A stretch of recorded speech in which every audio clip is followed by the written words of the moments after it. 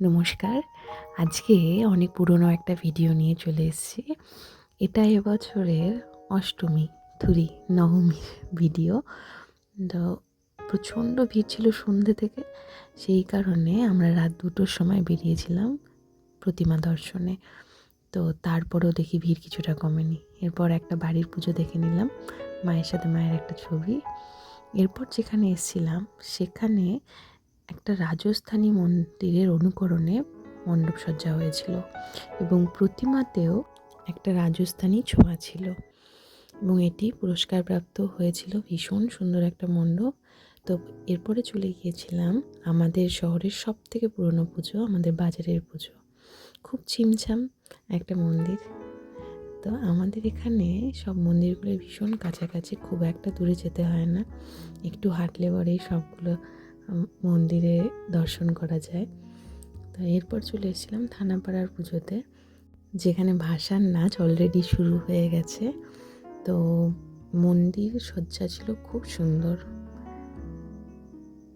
এই এত সাজসজ্জা শুধুমাত্র 5 দিনের জন্য, তারপর আবার 1 বছরের অপেক্ষা। যাই হোক, এটাই নিয়ম, চলে আসছে এভাবেই।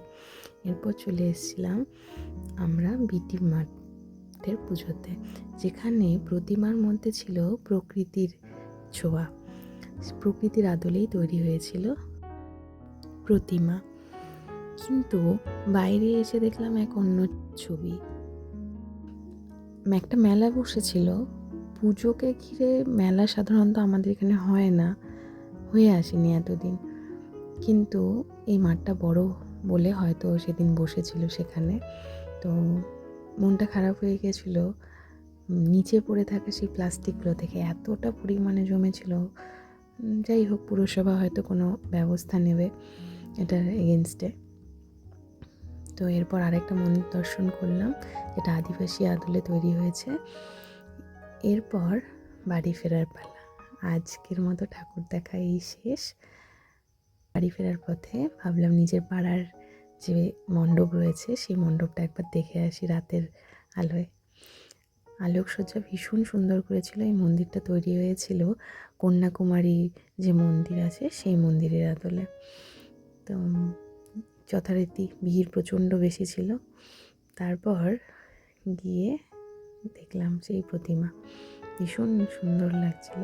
সকালে অঞ্জলি দেওয়ার সময় ভোরবেলা দেখেছি, তারপরে এই রাতের আলোকসজ্জায় কিছু ছবি তোলা হয়েছিল 4 জনের। আসার সময় এনাদের সাথে দেখা, রাতের সুরভি বাড়াচ্ছে।